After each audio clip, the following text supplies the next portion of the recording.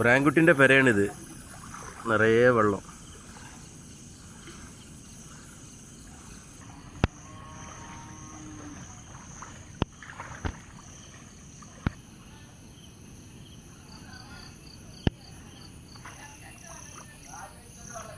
അസീസാഖാൻ്റെ പെര.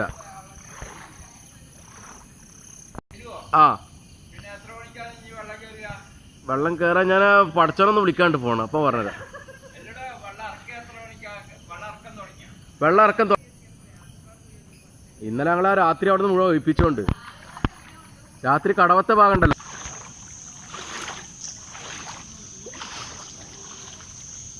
നമ്മുടെ പള്ളിയാണിത്.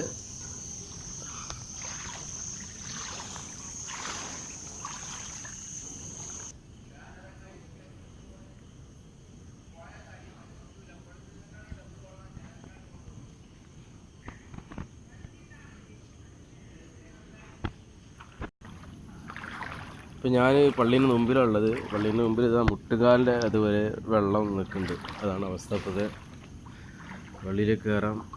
അള്ളാഹുവിൻ്റെ അനുഗ്രഹം ഉണ്ടെങ്കിൽ ഈ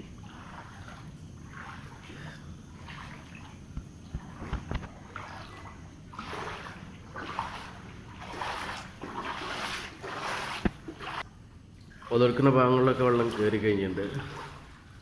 മുകളിലോട്ട് ഒരു 2-3 ഇഞ്ചും കൂടി ബാക്കി കിടക്കുന്നുണ്ട്. ഇവിടെ സാധനങ്ങളൊക്കെ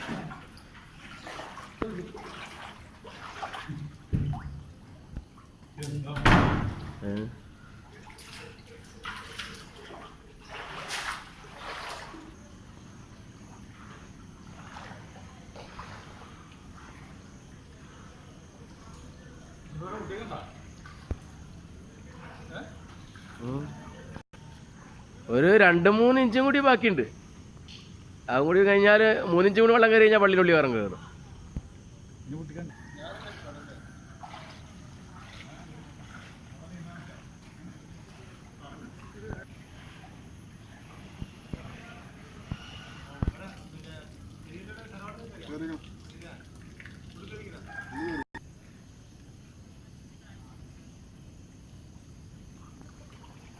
പെരുന്തിരുത്തി സ്കൂളിലേക്കുള്ള വഴിയാണ്. ഇവിടെ കാൽമുട്ടിൻ്റെ മുകളിലേക്ക് വെള്ളം ഇപ്പോൾ നിൽക്കുന്നുണ്ട്. ഒരു കിണർ, പാടത്തെ ഷിയാബിൻ്റെ വീടാണ്. ഒരു കിണർ മൂടിയിട്ടാണ് വെള്ളം നിൽക്കുന്നത്.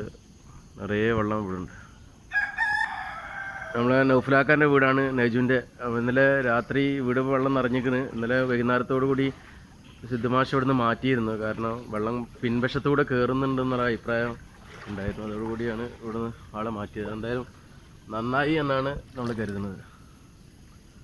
വെള്ളം അകത്തോട്ട് ഈ ഭാഗത്തോട്ട് കയറിയിട്ടില്ല, പക്ഷെ പിൻവശത്തോട് വെള്ളം കയറിയിട്ടുണ്ട്. ആണ് പിന്നെ മുൻകരുതലെടുത്താൽ മതി.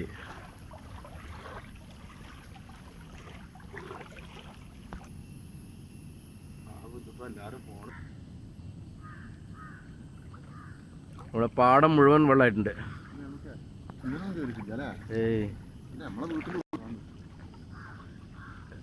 അനീസിൻ്റെ വീടാണ്. പെരുന്തിരുത്തി സ്കൂളിൻ്റെ മുമ്പിലാണുള്ളത്. ഇപ്പോൾ നമ്മുടെയൊക്കെ ചെറുപ്പത്തിൽ സ്കൂളിൻ്റെ ഈ താഴെയായിട്ട് വരെ വെള്ളം കയറിയിട്ടുണ്ട്. പക്ഷേ ഇവിടെ ഇപ്പോൾ നോക്ക്, സ്കൂളിൻ്റെ അകത്തേക്ക് വെള്ളം കയറാനുള്ള അത്രയും വെള്ളം എത്തി കഴിഞ്ഞിട്ടുണ്ട്. അപ്പോൾ അതാണ് ഈ ഒരു വെള്ളപ്പൊക്കത്തിൻ്റെ ഗൗരവം എന്ന് മനസ്സിലാക്കുക. സ്കൂളിൽ കുറേ ആളുകൾ താമസിപ്പിച്ചിട്ടുണ്ട്.